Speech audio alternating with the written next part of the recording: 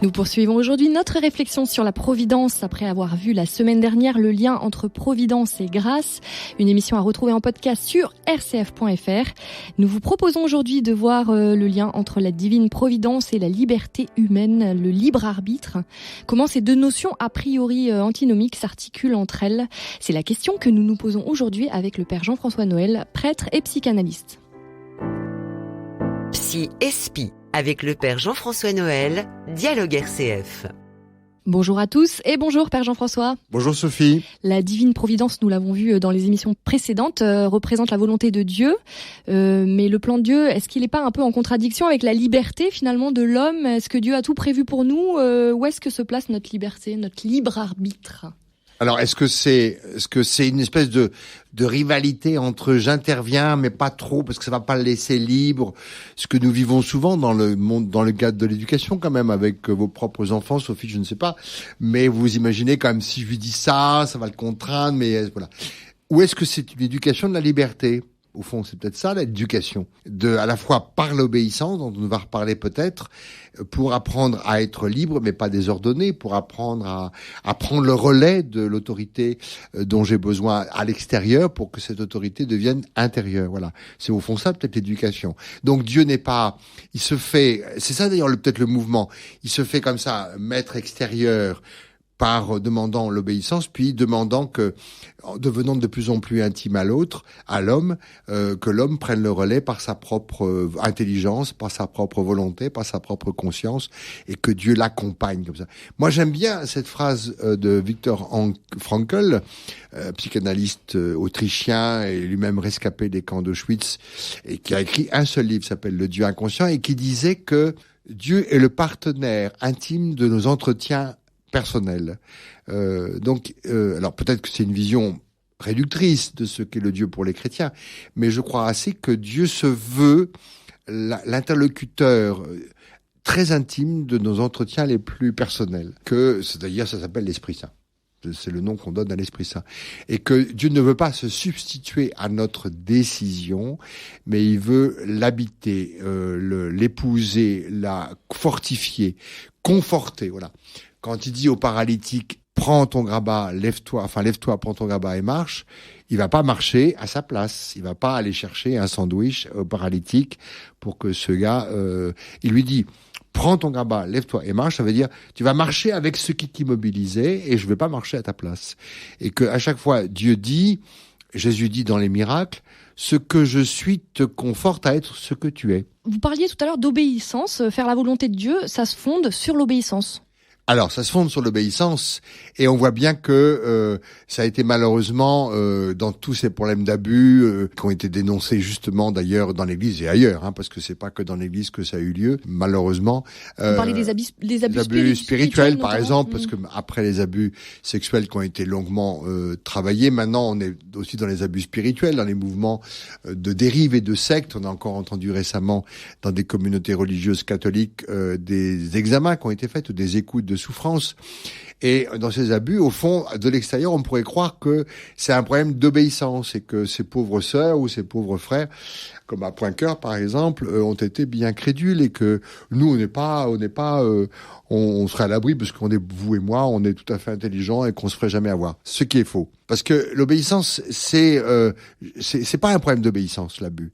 C'est que il a bien fallu, à un moment donné, enfin, en tout cas, moi, ça m'est arrivé 2 fois dans ma vie, que je me remette à quelqu'un d'autre.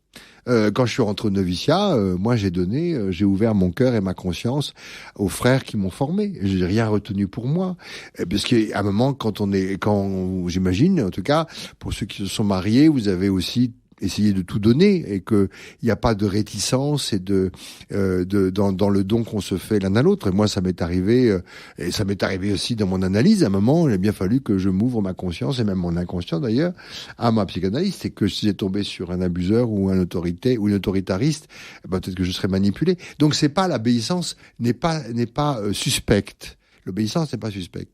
C'est par contre, un abuseur peut profiter de ce moment d'ouverture de la conscience pour s'introduire comme le loup, s'introduit dans les contes et qui s'introduit et qui devient le maître absolu et qui veut parler au nom de Dieu. Donc c'est pas l'obéissance qui est un con. Par contre, c'est vrai que dans une vraie éducation, quand on apprend, quand on enseigne, quand on explique, quand vous écoutez l'émission, si ce que je dis ne vous fait pas penser, alors je suis autoritaire et je vous domine votre conscience.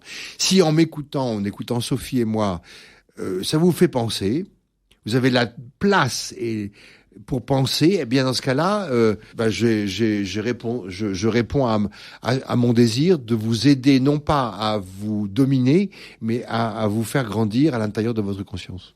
Alors comment reconnaître un accompagnateur spirituel qui pourrait devenir despotique quand l'accompagnateur répond à l'accompagné, je sais et je vais vous révéler ce que Dieu veut pour vous. Est-ce que d'ailleurs l'accompagnateur, il est forcément de mauvaise foi ou manipulateur quand il dit ça? Parce que parfois, peut-être qu'il y a une volonté de vraiment aider la personne. Vous voyez, on dit toujours les conseils font plaisir à ceux qui les donnent, mais on peut pas s'empêcher d'en donner. Oui, mais il y a, vous voyez bien que c'est pas une seule fois.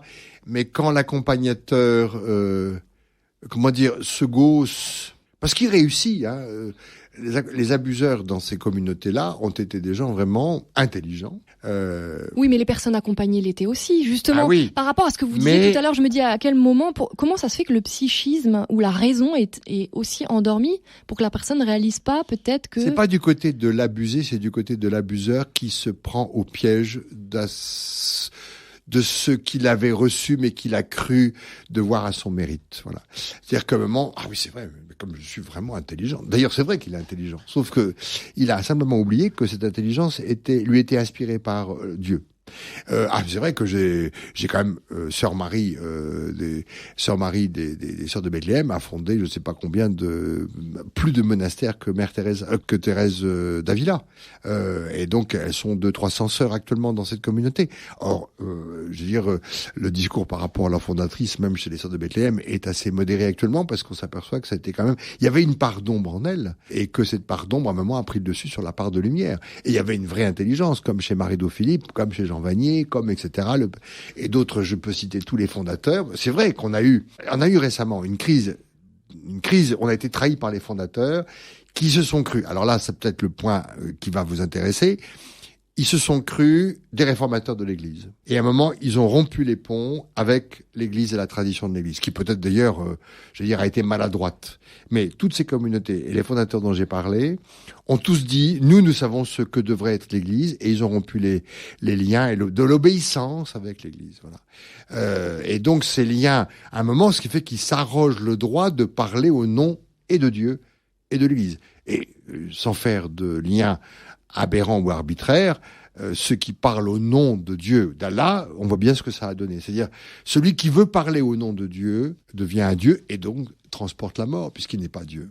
Et quelle est la différence entre celui qui parle au nom de Dieu avec de mauvaises intentions, je pense justement, vous citez Allah, je pense au terrorisme, et celui qui parle au nom de Dieu avec de bonnes intentions? Comment... Vous voyez, c'est pas toujours simple de voir... C'est-à-dire que vous entendez... cette personne, parce qu'en fond, pourquoi on a besoin d'être enseigné, d'apprendre, d'être accompagné? Parce qu'on ne peut pas, on peut pas avoir accès directement. Si on apprend, mais c'est toujours assez maladroit. On n'a pas accès à soi sans un autre. C'est très important de comprendre.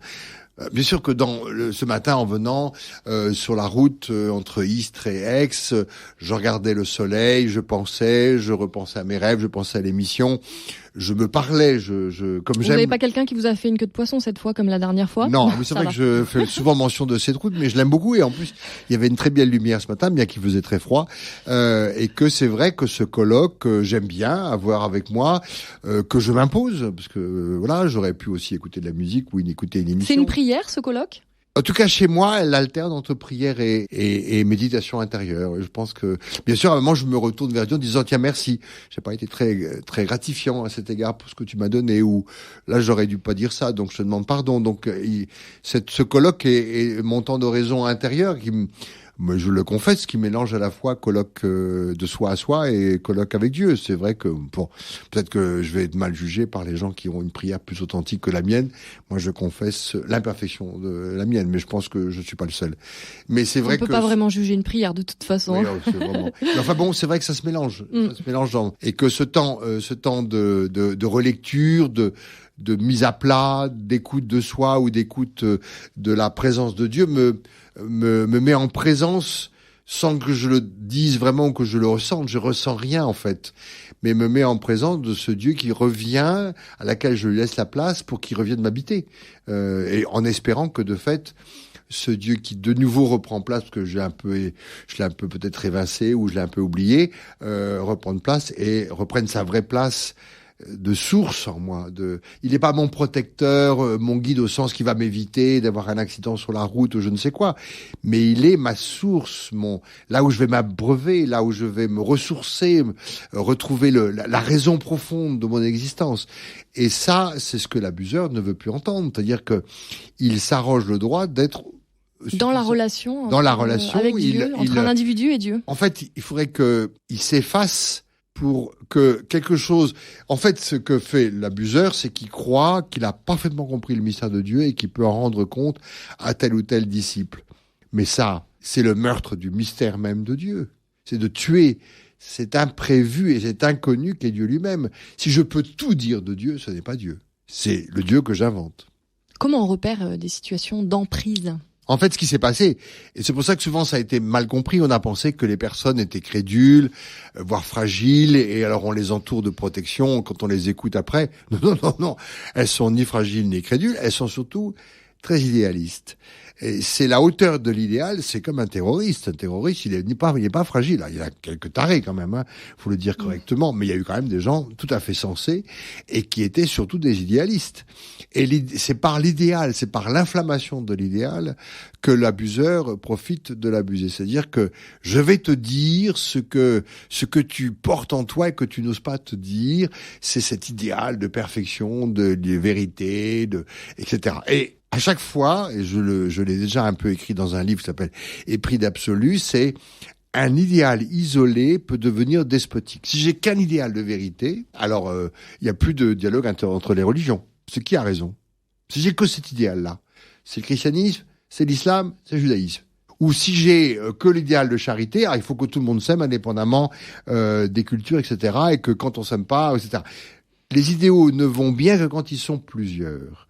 Un idéal isolé, par exemple, il y a des communautés qui ont construit leurs idéaux sur la beauté de la liturgie, bien sûr, mais pas que. Ou au contraire, la pauvreté pour la pauvreté, mais pas que. Ou la tendresse, comme pour Jean Vanier, voilà. Mais on voit bien qu'un idéal isolé devient despote, il devient impérieux, et il jette dans le soupçon les autres idéaux. Donc, et si un abuseur joue que là-dessus, comme disait Marido, la vérité métaphysique, c'est Aristote, c'est etc., il jette un soupçon sur les autres idéaux qui étaient la vérité personnelle, l'affectivité, sur lequel, effectivement, il a été extrêmement non seulement défaillant, mais fautif. Merci beaucoup, Père Jean-François Noël. Nous poursuivons la semaine prochaine notre réflexion sur la providence. Nous nous demanderons comment déchiffrer la volonté de Dieu pour nous. Rendez-vous mercredi prochain. D'ici là, bonne semaine à l'écoute de RCF. Psy et Spi avec le Père Jean-François Noël, Dialogue RCF.